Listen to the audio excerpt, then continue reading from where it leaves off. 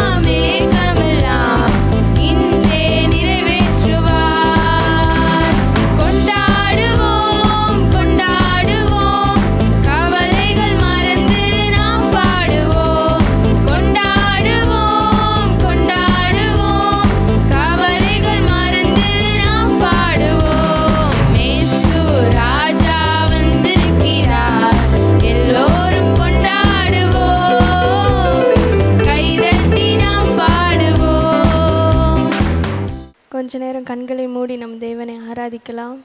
நம்மளை தாயின் கருவில் உருவாகும் முன்னே நம்மளை தெரிந்து கொண்ட தேவனாக இருக்கிறார். அதை உணர்ந்தவர்களாக தாயின் கருவில் உருவாகும் முன்னே பெயர் சொல்லி அழைத்தவர் நீரே என்ற பாடலை ஒன்றாக இணைந்து பாடுவோமா? தாயின் கருவில் உருவாகும் முன்னே பெயர் சொல்லி அழைத்தவர் நீரே, தாயினும் மேலாக அன்பு வைத்து நீர் எனக்காக ஜீவன் தந்தீரே.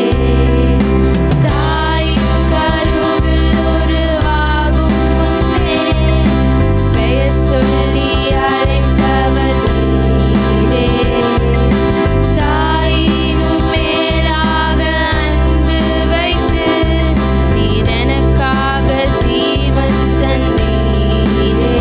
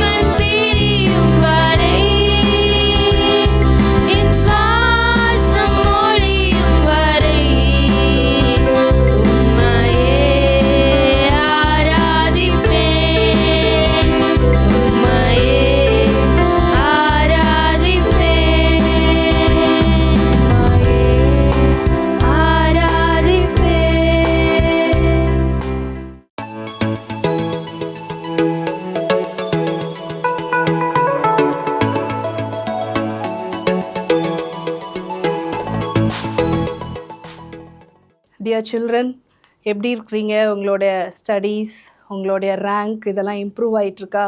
சிலர் கிளாஸ் டெஸ்ட்லாம் எழுதியிருப்பீங்க, சிலருக்கு இனிமேல் தான் எக்ஸாம்ஸ் வரும். All the very best for your exams. தொடர்ந்து நல்லா படிங்க, ரெகுலராக உங்களோட ஒர்க் எல்லாம் முடிங்க. இன்றைக்கி நான் உங்களுக்கு சொல்ல வர டிப்ஸ், இம்ப்ரூவ் யுவர் ஸ்கில். ஸ்கில்லா அப்படின்னா என்ன அப்படின்னு நீங்கள் ஒரு சிலர் கேட்கலாம், அநேகருக்கு அது தெரிஞ்சிருக்கும். ஸ்கில் அப்படின்னா ஏதோ ஒரு விஷயத்தில் நீ சிறந்து விளங்குறது தான் ஸ்கில்டு பர்சன் சொல்லுவாங்க. ஒவ்வொருத்தருக்கு அது வித்தியாசப்படும். ஏன்னா கடவுள் நம்ம ஒவ்வொருத்தரையும் பிரத்யேகமாக படைச்சிருக்கிறாங்க, யுனீக்காக படைச்சிருக்கிறாங்க. ஒருத்தர் நல்லா பாடுவாங்க, ஒரு சிலர் அழகாக வரைவாங்க, ஒரு சிலர் நீட்டாக எழுதுவாங்க, ஒரு சிலர் எதை படித்தாலும் உடனே படிச்சிருவாங்க. இப்படி உங்களோட ஸ்கில்ஸ் வேரி ஆகும். ஆனால் நீ ஒரு ஸ்டூடெண்ட்டாக படிக்கும்போது எல்லா சப்ஜெக்டும் படிக்க வேண்டியிருக்கும். உனக்கு பிடிக்குதோ பிடிக்கலையோ, நீ ஒரு ஃபீல்டுக்குள்ளே போகும்பொழுது அதில் நிறைய டஃபஸ்ட்டு சப்ஜெக்ட்ஸும் இருக்கும். அப்போ நீ என்ன செய்யணும், அதுக்கு ரிலேட்டடாக எக்ஸ்ட்ரா ரெஃபர் பண்ணி உன்னோடைய ஸ்கில்லை நீ இம்ப்ரூவ் பண்ணினா தான் இப்போது இருக்கிற காலகட்டத்தில் நம்ம சர்வை பண்ண முடியும். ஏன்னா நிறைய பேர் தாளந்துகள் படித்தவங்களா, நிறைய டேலண்டடாக இருக்காங்க. ரொம்ப கம்பீட் பண்ணி தான் நம்ம அச்சீவ் பண்ண வேண்டியது இருக்குது, ஒரு உயர்ந்த நிலைக்கு வர வேண்டியிருக்கு. அப்போ இருந்த நிலைமையிலேயே நம்ம இருந்தால் எப்படி நம்ம அச்சீவ் பண்ண முடியும்? அவங்களெல்லாம் மிஞ்சி நம்ம சாதிக்கணும்னா நமக்கு ஏதாவது எக்ஸ்ட்ராடினரி ஸ்கில் இருக்கணும் இல்லையா? அப்போ டெய்லியும் நீ என்ன பண்ணு, உன்னோடைய டேலண்ட் என்னன்னு கண்டுபிடி. அதே போல் எதில் நீ வீக்காக இருக்க அப்படின்னு சொல்லி ஒரு ஸ்வாட் அனாலிசிஸ்ன்னு சொல்லுவாங்க. உன்னோட ஸ்ட்ரென்த் என்ன, உன்னோட வீக்னஸ் என்ன, உனக்கு என்னெல்லாம் ஆப்பர்ச்சுனிட்டிஸ் இருக்குது இம்ப்ரூவ் ஆகிறதுக்கு, அப்புறம் நீ இம்ப்ரூவ் ஆக முடியாமல் என்னெல்லாம் த்ரெட்ஸ் இருக்குது, எதெல்லாம் அதை தடை பண்ணுது அப்படின்னு ஒரு அனாலிசிஸ் பண்ணி நீ அதை இம்ப்ரூவ் பண்ணுறதுக்கு ட்ரை பண்ணனா surely you can improve your skill. உன்னோட ஸ்கில் இம்ப்ரூவ் ஆச்சுன்னா எல்லாரும் உன்னை நல்ல ஒரு உயர்ந்த ஸ்தானத்தில் வைப்பாங்க. உனக்கு ஒரு கான்ஃபிடென்ஸ் வரும், நீ பெரிய அச்சீவராக மாறுவ. ஸோ ஒவ்வொரு மாணவ கண்மணிகளுக்கும் உங்களோட ஸ்கில் இம்ப்ரூவ்மெண்ட்டுக்கு என்னுடைய வாழ்த்துக்கள், ஆசீர்வாதங்கள். May God bless you.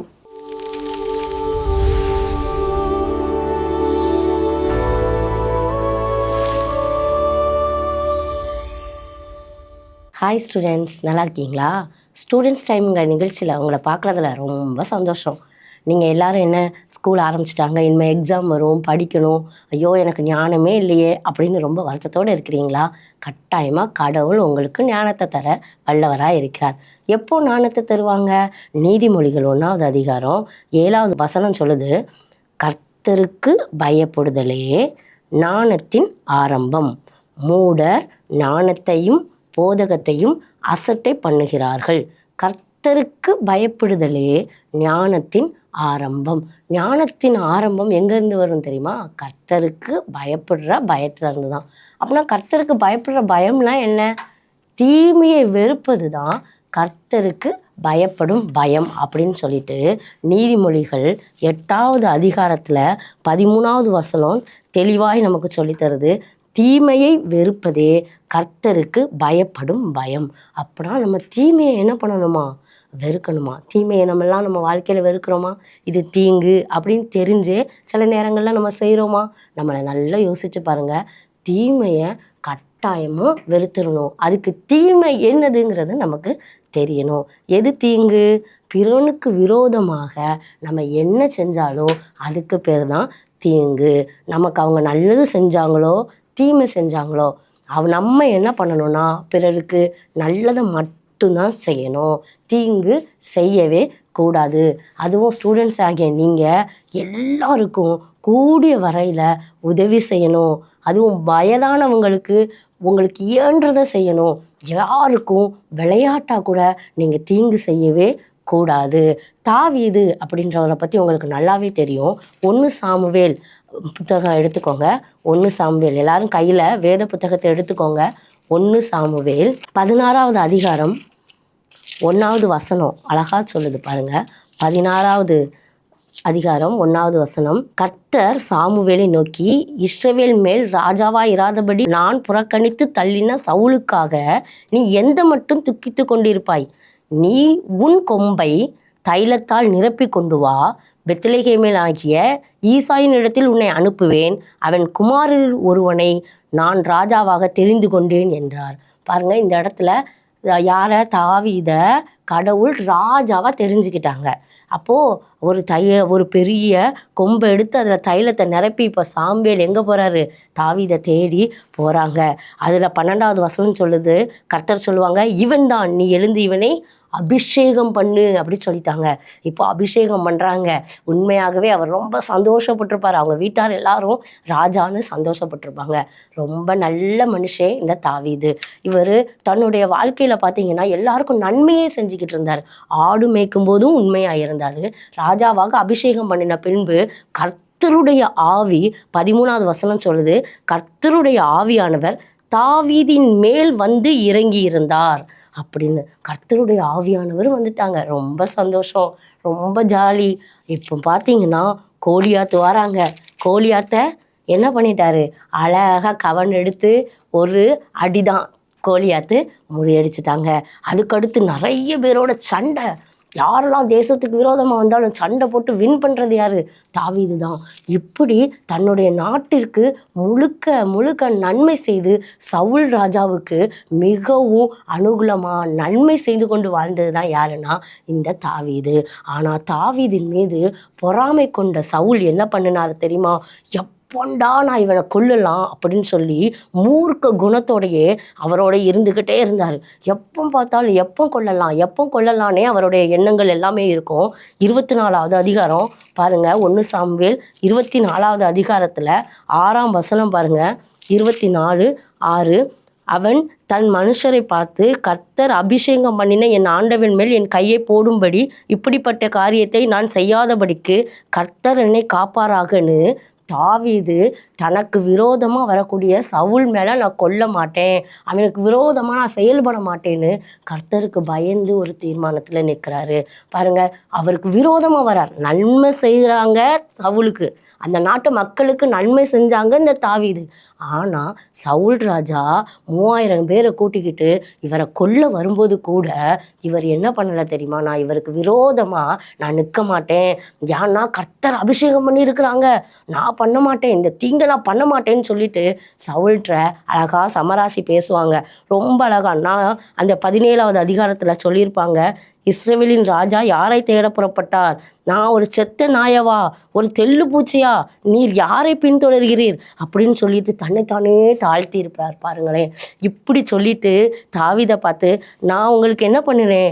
நன்மை தான் என்ன பண்ணுறேன் செஞ்சேன், தீமை செய்யலை, நான் உங்களை கொல்லவும் மாட்டேன். யாராவது உங்ககிட்ட வந்து நான் உங்களை கொல்ல வரேன்னு சொன்னால் நீங்கள் நம்பிடாதீங்க அப்படின்னு சொல்லிட்டு தன்னைத்தானே அந்த கொல்ல வந்தவன்கிட்ட என்ன பண்ணுறாரு? தாழ்த்துறாரு.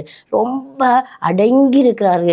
கர்த்தருக்கு பயந்து நான் இருப்பேன்ப்பா அப்படின்னு சொல்லி தீமையை விட்டு விலகி ஓடுறாரு இந்த தாவீது. இதனால அவரை பார்த்தீங்கன்னா சவுல் அப்பவுமே என்ன சொல்கிறாருன்னா, நான் இனிமே உனக்கு தீமை செய்ய மாட்டேன், நீ எனக்கு நன்மை செய்தாய் அப்படின்னு சவுல் சொல்லியிருப்பார். நானும் உனக்கு தீமை செய்தேன் அப்படின்னு சொல்லியிருப்பாரு. பாருங்க, இப்படி சொன்ன இவர் இப்படி சொல்லிட்டாங்க. இன்னும் கொஞ்ச நாள் கழித்து என்ன ஆகுது அப்படின்னா, திரும்பவுமாக 1 சாமுவேல் 26வது அதிகாரத்தில் 2வது வருஷத்தில் அதை பார்த்தீங்கன்னா திரும்பவும் அவங்க என்ன பண்ணுவாங்கன்னா, இந்த தாவீதை கொல்றதுக்காக சவுல் ஒரு 3000 பேரை கூட்டிட்டு திரும்பவும் வருவார். இப்பவும் இந்த சீப் வனாந்தரத்தில் பார்த்தீங்கன்னா தாவீதை தேடும்படி அவங்கெல்லாம் வந்தது உண்மைதானான்னு தாவீது விசாரிக்கும் போது அவருக்கு தெரியும், ஆமாம் உண்மையாகவே வந்திருப்பார். இப்போ தாவீது அங்கே போய் பார்க்க போவார். அவங்கெல்லாம் நல்ல நித்திரையில் இருப்பாங்க, சவுலும் நல்லா தூங்கிட்டு இருப்பார். அப்போ கொல்லன்னா சவுலை ஈஸியாக கொண்டிருக்கலாம். ஆனால் அவர் என்ன பண்ண மாட்டார் தெரியுமா? நான் கர்த்தர் அபிஷேகம் பண்ணின மனுஷனை நான் கொல்ல மாட்டேன், எனக்கு விரோதமாக என்ன தான் பண்ணியிருந்தாலும் நான் கர்த்தருக்கு பயந்து தான் வாழ்வேன்னு சொல்லி பயந்து வாழ்ந்தார் இந்த தாவீது ராஜா. விளைவு என்ன வந்தது தெரியுமா? ஒரு நாள் வந்தது, கர்த்தர் அந்த சவுலை அப்படியே அழித்து போட்டார். அவனுடைய கூட அவனுடைய மகனையும் அழித்து போட்டார். முடிவிலே தாவீது ராஜாவாக உயர்த்தப்பட்டார். யோசேப்பு கூட அப்படிதான் தீமையை விட்டு விலகினார். அது ஏன் இந்த தாவீதால் இப்படி வாழ்ந்து முடிஞ்சது அப்படின்னா, கர்த்தர் அவனை அபிஷேகம் பண்ணியிருந்தார், கர்த்தராகிய தேவன் அவரோடு இருந்தார். அதனால தான் அவரால் தீமையை விட்டு ஓட முடிஞ்சது. யோசேப்பு பாருங்க, அவனுடைய சொந்த சகோதரர்களாலேயே என்ன பண்ணப்பட்டிருப்பாருன்னா, அடிக்கப்பட்டு குழியில் தள்ளப்பட்டிருப்பாங்க.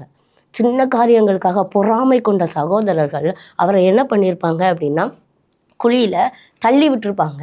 ஒரு இஸ்மவேலர்கள்கிட்ட அடிமையாக குழியிலேருந்து தூக்கி விற்றுருப்பாங்க. அடிமைகளாக விற்கப்படுறதுங்கிறது எவ்வளோ கொடுமை. தன்னுடைய செல்ல தம்பியை வீட்டில் குட்டி செல்லமாக வளர்க்கப்பட்ட யோசேப்பை கொண்டு அடிமையாக கொடுத்துருப்பாங்க. அங்கே அவனை என்ன பண்ணுவாங்க தெரியுமா? இஸ்மவேலர்கள் போத்திபார் அப்படின்ற ஒருத்தன்ட்ட என்ன பண்ணிடுவாங்க அப்படின்னா விற்றுருவாங்க. ஆதியாகமம் 39வது அதிகாரத்தை எடுத்துக்கோங்க. ஆதியாகமம் 39:2. ஆனால் போத்திபார் வீட்டுக்கு எகிப்துக்கு அடிமையாக யோசேப்பு கூட யார் போனா தெரியுமா? கர்த்தர் யோசேப்போடே இருந்தார், அவன் காரிய சித்தி உள்ளவனானான். பாருங்க, கர்த்தர் அடிமையாக விற்கப்பட்ட எகிப்துக்கு கொண்டு போகப்பட்ட யோசேப்பு கூட இருந்தார். இதன் விளைவு என்ன தெரியுமா?